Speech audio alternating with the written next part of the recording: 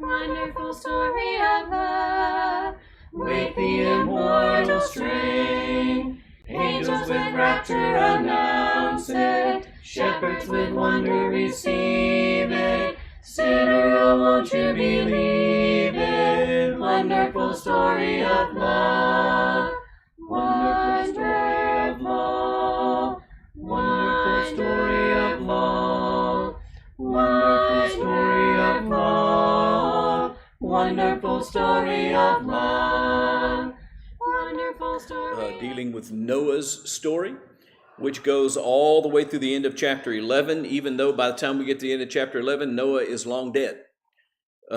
It's still part of his story. We got through chapter 9 and verse 8 last week. I was hopeful that we would get all the way through chapter 9, and we just didn't have time to do it. So we got through the beginning of these things that he has outlined post-flood. Verse 3, well, I guess we'll say verse 2 first. Well, I guess we got to go back to verse 1. Be fruitful and multiply. And so Noah doesn't have any more children as far as I know, so really we're talking about the three sons of Noah and his daughters-in-law that are to fulfill the commandment to be fruitful and multiply and fill the earth.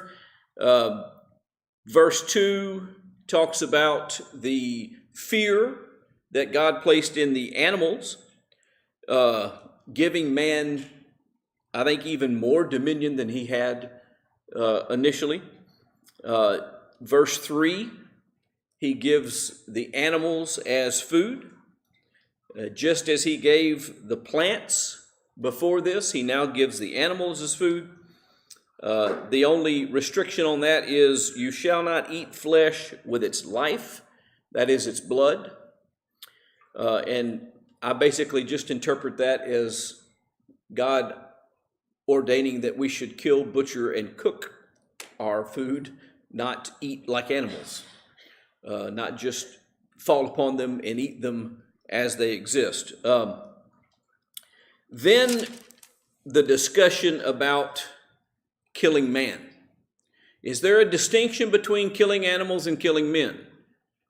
Very clearly. He says that the animals are here for food for us, but if a man takes another human life without cause, we call that murder. What is the penalty that God has set forth for that? The death of the one who does it. So I can't just go around killing people. And there's a reason why he says that human life is more valuable than the rest of creation. And what is that? For in the image of God he made man. Secondly, what is the penalty for wantonly taking human life? Death. And who is supposed to carry that out? Men is all it says here. Now, as he moves through and gives the law, there are some regulations under the law about how that was to be carried out. We move into the New Testament, there's regulations about who has the authority to carry that out today. The government, Romans 13. They do not bear the sword in vain. So the rules and regulations that are set down by the governing authorities over these things control it. Now, there's also a statement made in the wisdom literature about the fact that when justice is delayed, it loses its effectiveness. That is part of the problem that we have today. We are very hesitant to carry out this kind of justice, and it reflects on the way man values human life.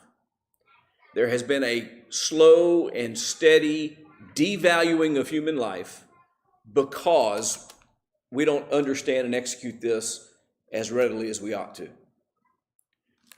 So just kind of keep those things in mind.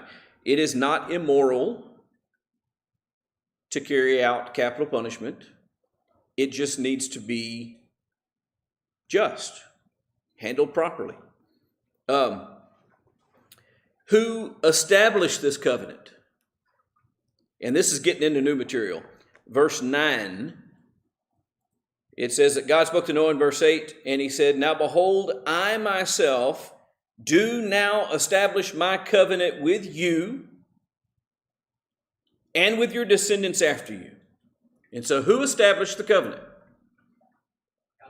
God did. And who is it established with? Noah. Now, who are the descendants of Noah? Everybody. Look at verse 19. The end of verse 19. From these, the whole earth was populated. And so when he makes this covenant with Noah and with all the descendants of Noah, we're talking about the entire population of the earth. Now, has any of this ceased to be a binding covenant? Has he still, well, we'll get into this part. I don't want to get ahead. We're going to read everything in the coming verses that's also connected with this covenant and promises that are made connected with this. But everything that we've looked at so far, the fear of man in animals, animals being food, killing men wrong, the penalty for that being handed out, by man shall your blood be shed. All of that is still in force. And we can't cherry pick and say, well, that's still in force and this is still in force. Oh, but that's not. All of these things that are part of this covenant, we're going to see are still actively held. As he keeps reading, or as we keep reading, God said, "This is the sign of the covenant, which I'm making between me and you and every living creature that is with you for all successive generations." How long? For all successive. Are we a successive generation of these people? Yes. Is this sign still the sign of the covenant? Yes. "I shall set my bow in the cloud. It shall be for a sign of a covenant between me and the earth." That's how universal this covenant is. It is for every subsequent generation, for all of the earth, with all of the creatures of the earth subject to it. "It shall come about when I bring a cloud over the earth, that the bow shall be seen in the cloud." By the way, that is what that picture is on the upper right side. That is a rainbow within and on top of a cloud. It's a fascinating picture. I got this from a meteorologist that I went to high school with. Just happened to post it a few weeks ago, and I said, I need that. So I took it. So anyway, this is what is a reminder. Every time we see light being refracted through the clouds and creating this charismatic effect, we have a reminder of this promise and this covenant that God has made. "I will remember my covenant which is between me and you and every living creature of all flesh, and shall never again shall water become a flood to destroy all flesh." So the very last tenet of this covenant is what?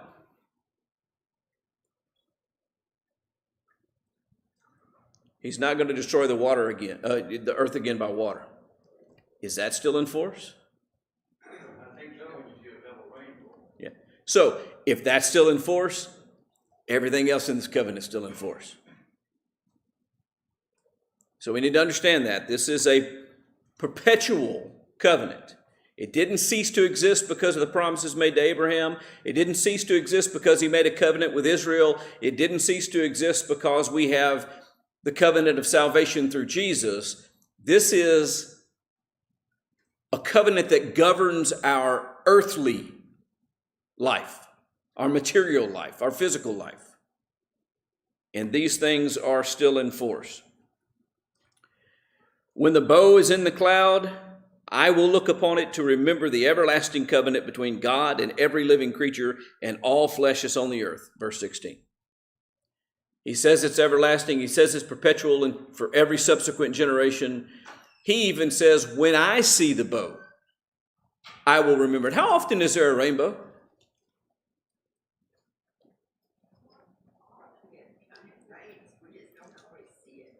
There's a rainbow every day. And depending on where you're at, there continues perpetually to be a rainbow.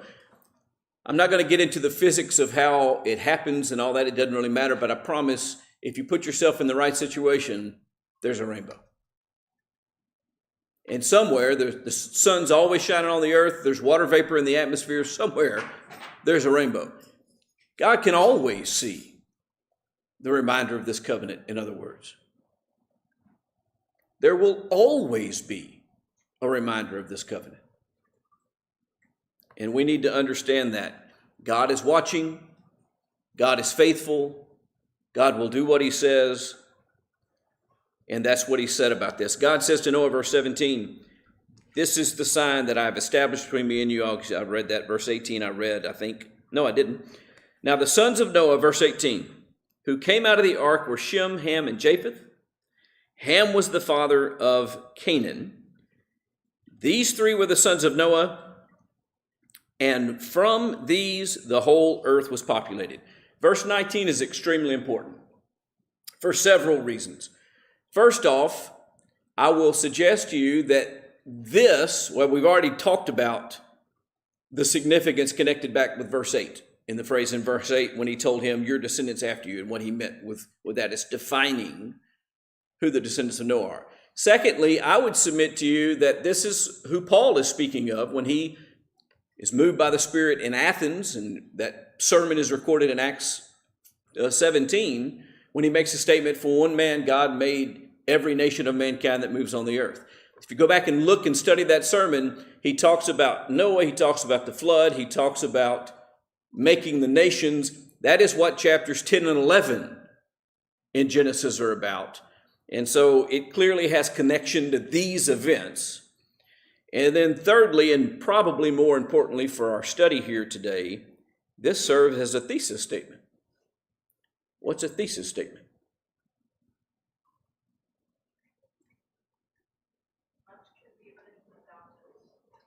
Okay. When you write, one of the first things you're supposed to do is set forth what your thesis is, what you're talking about. And a thesis statement is a statement that says, this is the subject of the things that I'm discussing. That is what this verse is. Chapters 10 and 11 are the fleshing out of, from these, the whole earth was populated. How that happened. What that means completely. We learn about in chapters 10 and 11. This is the subject matter. And that's important because that means that everything that we read from here on out through the end of this block has to be filtered through the lens of, he's talking about how the world came to be populated, how the nations came to exist, how the peoples came to be from this one family. Because let's be honest, look around. Do we all look like we came from the same family? No. Do folks who are living in China right now look like they came from our family? Are folks living in Russia? Are folks living in Japan? Do they look like they came from our families? Is anybody going to mistake us for being cousins? Brothers? And the answer to all those questions is, of course, no. People can see. So how did that happen? If the three sons of Noah created all the people that populate the world, how did the diversity that exists among mankind come into existence? Why do we speak different languages? Why do we look different? Why do we not see one another as family. And that is going to be explained in these chapters. That is what God is doing here. He is explaining the world that we see, how we got from that to what we see. All right. Noah began farming, planted a vineyard, drank of the wine, and became drunk, and uncovered himself inside of his tent. Lots of things that we could talk about. I don't want to get too bogged down in this. I will mention Ecclesiastes 7:20. Indeed, there's not a righteous man on earth who continually practices righteousness and who never sins. Was Noah a righteous man? Yeah, we've already been told Noah was a righteous man. That's why Noah found grace in God's eyes. Noah walked with God. That's what the text says. And yet one of the first things he does, after he gets off the ark, he offers a sacrifice of thanksgiving to God. And then the next thing we read about is him doing what? He gets soused and naked. Is that a good thing? You see, we learned back in chapter 3 that being naked is not a good thing, right? When Adam and Eve became aware of good and evil, what did they do? They tried to cover themselves because they were ashamed of their nakedness. And then when God shows up and starts talking, what do? They hide themselves because they're afraid. When God says, hey, where you at? What's Adam's response? I was naked and I hid myself because I was afraid. We learned back in chapter 3 that being naked isn't a good thing, that's an evil thing. So why does Noah get naked in a place where he can be seen?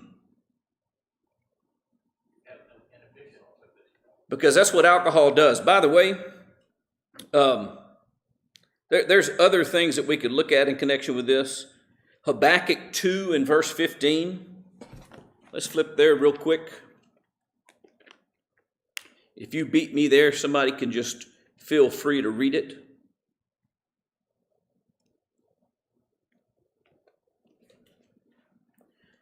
Because it's one of those little short books and it's easy to flip past.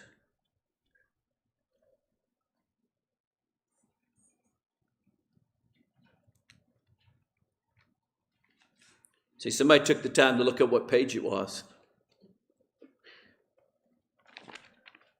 Oh, well, y'all keep working on it. I'm not going to bother because I want to keep moving along. I don't want to get too bogged down. I'll also mention Lamentations chapter 4 and verse 21. Somebody can turn there. If anytime y'all get to either of those two passages and you want to read, just kind of indicate. Okay, go ahead. What's Habakkuk?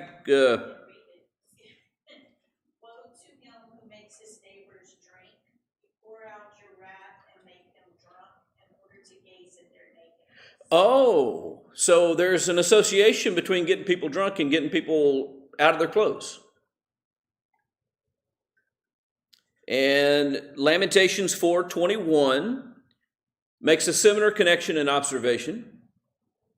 And so does, and I don't know, somebody that listens to country music can do this. Some country music guy a few years ago did a song, Tequila Makes Your Clothes Fall Off.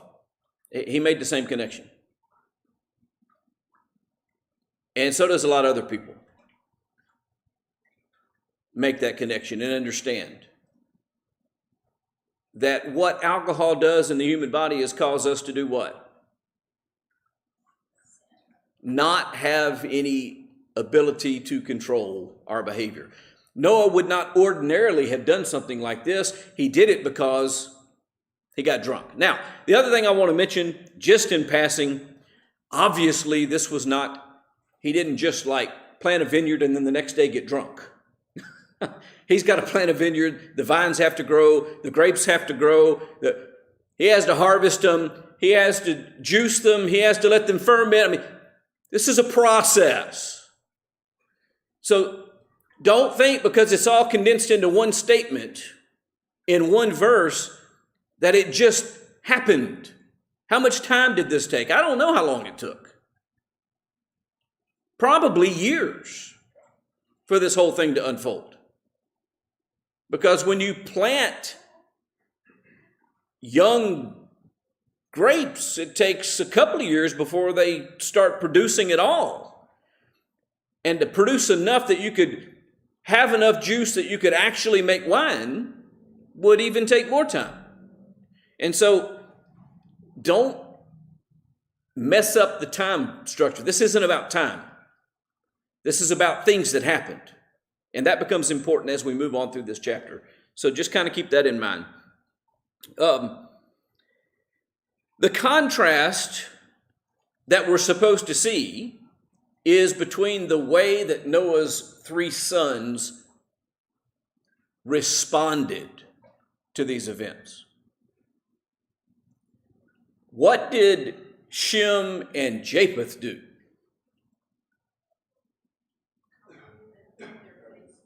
Okay, they walked in backwards with a blanket and covered their father. Why did they walk in backwards? So they wouldn't look upon him. What did Ham do?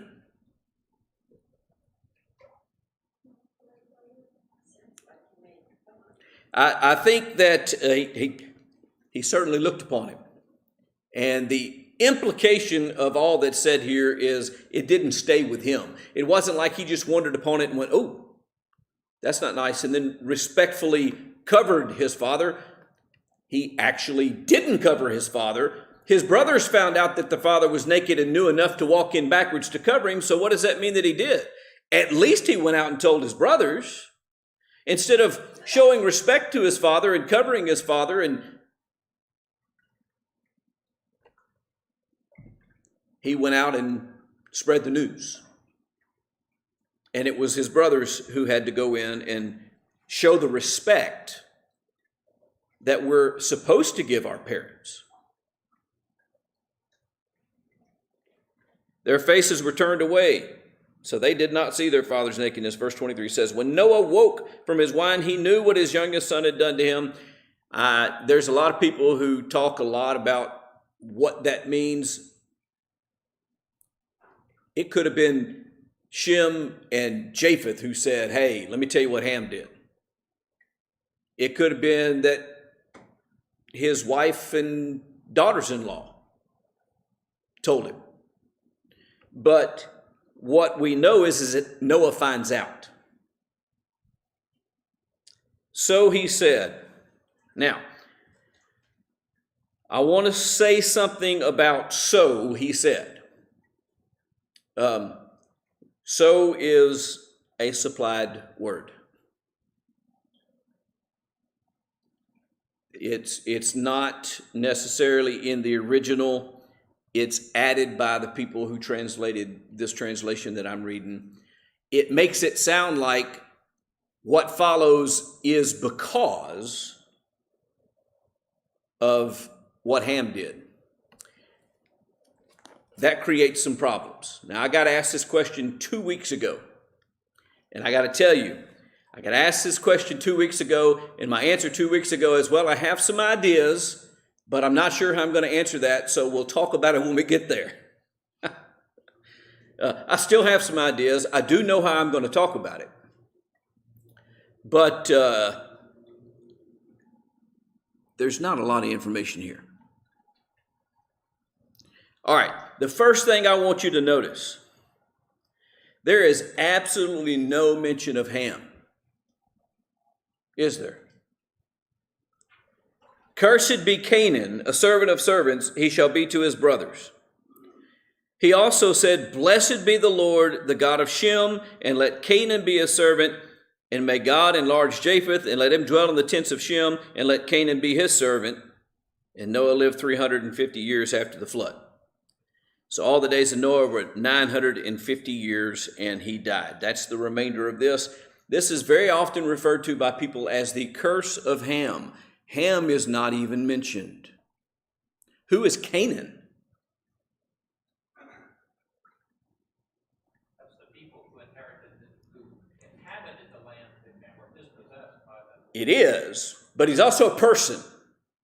As a person, the son of Ham. The son of Ham, but not just the son of Ham. Interesting, Lev, how many sons did Ham have?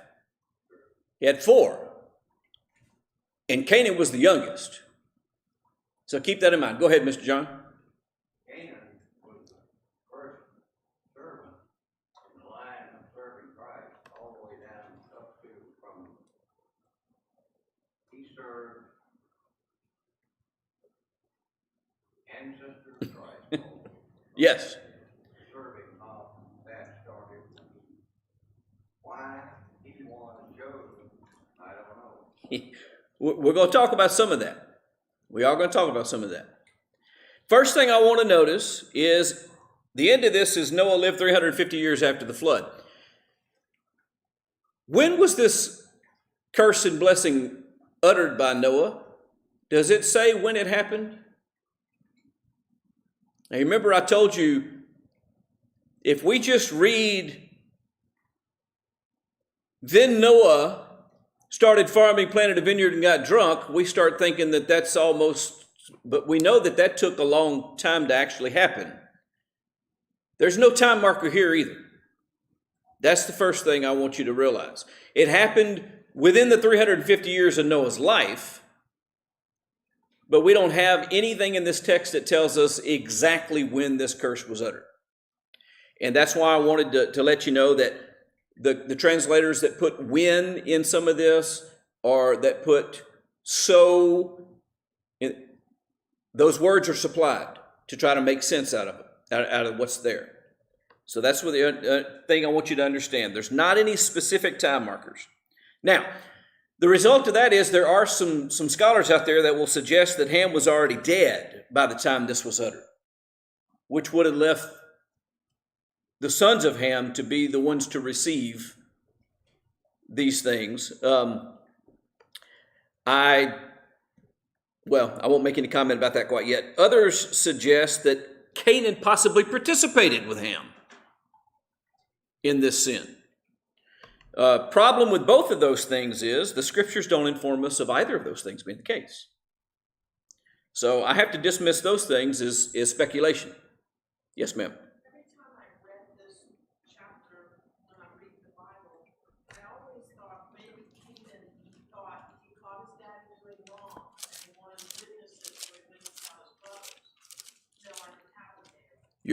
You're being somewhat generous, but that's okay. I'd rather be too generous than too harsh. Flip over to Genesis chapter 27 for a minute with me. I want to read a section of Genesis 27 before I talk about the next things that we talk about. Starting in verse 30 and reading through verse 40 of Genesis 27. It says, "Now it came about, as soon as Isaac had finished blessing Jacob, Jacob had hardly gone out from the presence of Isaac his father, that Esau his brother came in from hunting. He also made savory food and brought it to his father and said to his father, 'Let my father arise and eat of his son's game, that you may bless me.' And Isaac his father said to him, 'Who are you?' And he said, 'I'm your son, your firstborn Esau.' And Isaac trembled violently, said, 'Who was he then that hunted game and brought it to me before you came?' And blessed him. Yes, and he shall be blessed.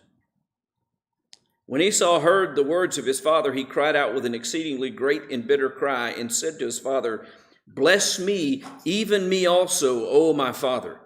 And he said, 'Your brother came deceitfully and has taken away your blessing.' And he said, 'Is he not rightly named Jacob? For he has supplanted me these 2 times. He took away my birthright, and behold, now he's taken away my blessing.' And he said, 'Have you not reserved a blessing for me?' But Isaac answered and said to Esau, 'Behold, I have made him your master, and all his relatives I have given to him as servants.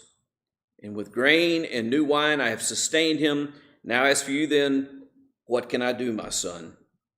And Esau said to his father, 'Do you have only one blessing, my father? Bless me, even me also, my father.' So Esau lifted his voice and wept. And Isaac his father answered and said, 'Behold, away from the fertility of the earth shall your dwelling away from the dew of heaven and above, and by your sword you shall live, and your brother you shall serve. But it shall come about when you become restless that you shall break his yoke from your neck. All right. I want to read that because there's something we need to understand. When did Isaac do these things? I didn't read that part of the story because we couldn't read the whole chapter. Anybody remember the events surrounding this? Isaac was old, he was sick, he was dying, he didn't know exactly when he was going to die, so he called him in and he says, all right, I want Esau to go out and kill something. And who was Isaac's favorite? Esau was Isaac's favorite. He says, Esau, you're a great hunter. I want you to go out and kill me some wild game and cook it. You do an excellent job. Do that for me. When you do that, I'll give you your blessing. And Isaac's wife prepared a goat and made it taste like wild game and sent her youngest son in and said, cover your arms with hair. And Isaac was going blind, and make sure you're wearing his clothes and you smell like him and you smell like the field, and your dad's going to think you're him and he's going to bless you. And that's how this thing shook out. Now, there's a couple of things we want to notice about this. This blessing and cursing usually happens as you read throughout the scriptures at the end of the patriarch's life.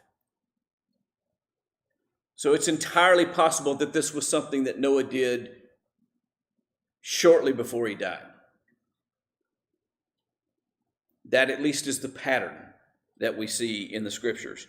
Secondly, and this is very important, this was a function of a prophetic statement, not arising from the wishes of the father. Who did the father, in the case we just read, want to bless? He wanted to bless Esau, but that wasn't to be. He had to say to Esau what was prophetically true, which was what? That he would be a servant of his brother. Jacob was to be over, and by the way, that had been an old prophecy too. That had been a prophecy from when they were babies. And so we need to understand these things in light of their role as prophecy. And that is exactly what I understand this to be about. Cursed be Canaan, a servant of servants he shall be to his brothers. He also said, blessed be the Lord, the God of Shem, and let Canaan be his servant. Okay, Shem. Who are the descendants of Shem? That is true. What are they known as collectively?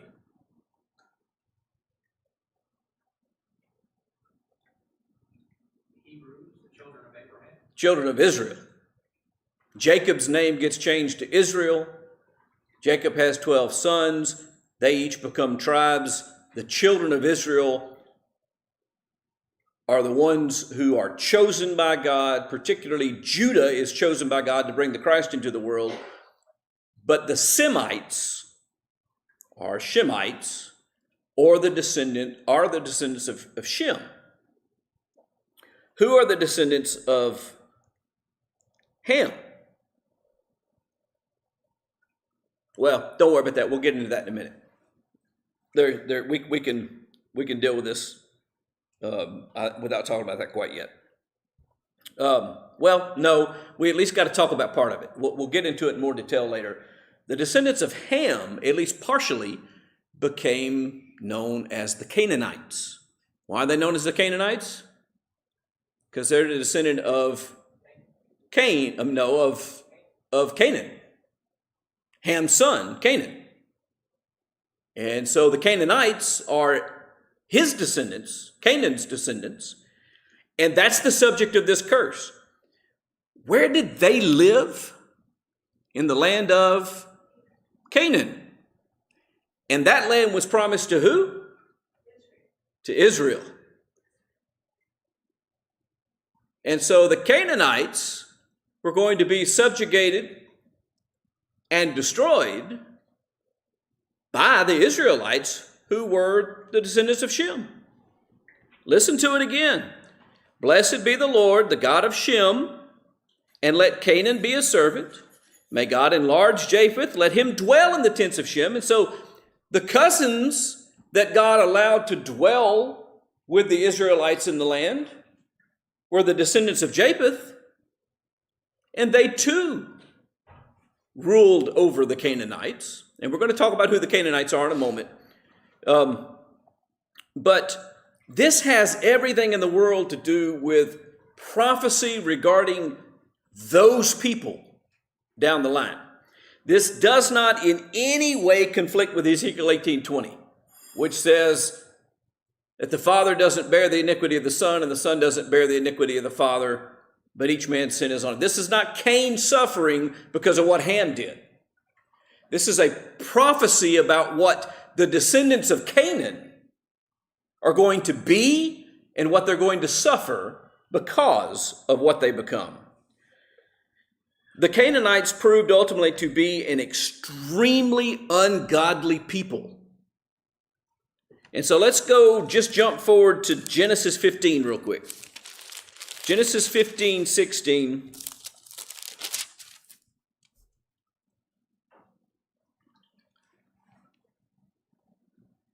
In the fourth generation they shall return here, for the iniquity of the Amorite is not yet complete. Now the Amorites are among the descendants of Canaan.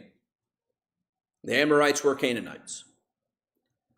And so the fourth generation later, their iniquity is great, but it's not yet quite complete, he said. All right, chapter 19 in verse 5.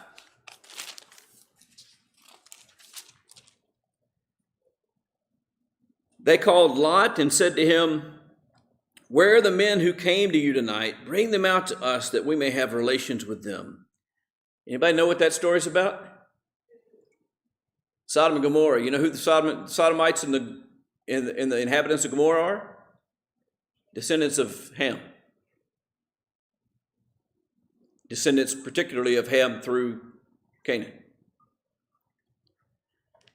These are the way the people became. Now, if you go into Leviticus, we don't have time to look at Leviticus.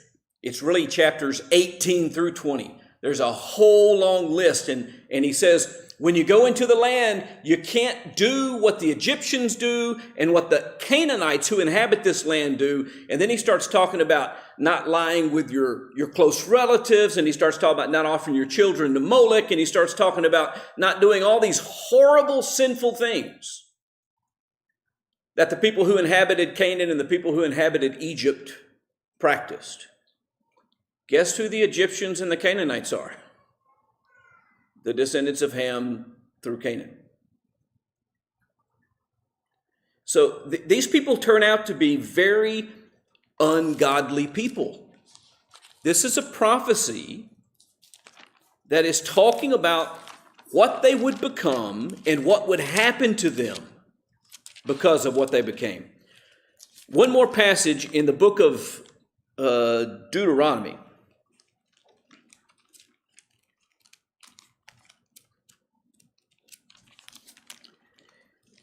Chapter 12 and verse 31.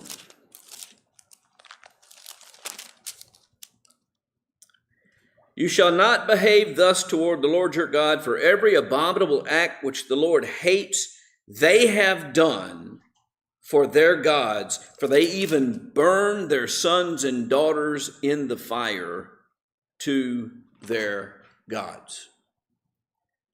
That is what these people became. And that's why God, when he sent the Israelites into the land, said to do what? To utterly destroy them. to kill them all, because their iniquity had become full, and it was time for God's judgment against them for their ungodliness. This was a prophecy about what was eventually going to happen to those people, and specifically to those people through Canaan. Not Ham, but Ham's youngest son, Canaan. And so that included the peoples of Sodom and Gomorrah and a lot of other folks. Let's just look at this map real quick. All of this yellow area is where the descendants of Ham came to live. And you notice this right here, that's the land of Canaan. This box over here is all the people who inhabited that land. The Arvadites, the Zemarites, the Archites, the Sinaites, the Sidonians, the Amorites, the Perizzites, the Hivites, the Hittites, the Jebusites, the Girgashites. These are all names that you hear throughout the reading of the Old Testament. All of these peoples did horrible and ungodly things and followed false gods and just did terrible things. Also, Cush, Egypt, Libya, all of those northern African nations that we think, those were the descendants of Canaan as well. Parts of the Middle East, including the Promised Land, the descendants of Canaan. And so those are the people that we're talking about. And that is what I understand this to all be about, is God is prophesying through Noah. This is what is in store because of the sinful choices that they make. Now, what this tells us is that the descendants of Ham's son Canaan walked down the same footpath that Ham did. And it's really interesting. If you go back to that Leviticus 18, it starts with uncovering your father's nakedness. That's the first sin that God talks about in Leviticus 18. And then runs down from there. They walk down that same path, and then they developed that footpath into a highway. And they went into all sorts of ungodliness, and all of the sins of the Egyptians, the Amorites, and the people of Sodom and Gomorrah that we read about through the rest of Genesis and into Exodus and Leviticus. That's all these people that came from Canaan. And so I am convinced that that is primarily what this is about and why it's here. That eventually we are going to see that the lands that they came to inhabit, we're going to be told in just the next 2 chapters, the parts of the world that they inhabited and all that kind of stuff, why they lost that land, and they lost it to the descendants of Shem. You had a question?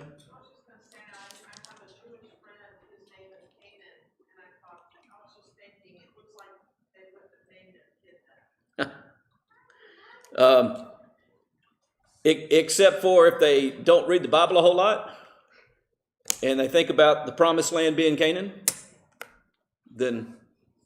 So I guess I'm out of time. I hadn't heard a bell, but it's 1:15, and there are people walking in the room. So I didn't get into chapters 10 and 11, but what's going to happen here in these 2 chapters is the division of these boys and their descendants into the various places. And again, the timeline thing, you want to understand, Genesis is not a chronological book. And so what you read about in chapter 10, what chapter 11 is doing is explaining how chapter 10 happened. So don't think that chapter 11 happened after chapter 10. It didn't. Chapter 10 says this is the way it is. Chapter 11 says this is how it got there. This is why they had their languages. This is why they lived in different places. This is how it all started, how that division started, how the languages started, and how we got to what is described in chapter 10. And we'll look at that, Lord willing, next time. I appreciate your presence and participation in it.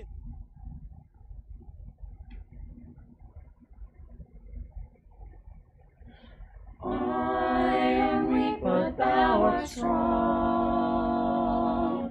Jesus, keep me from all wrong.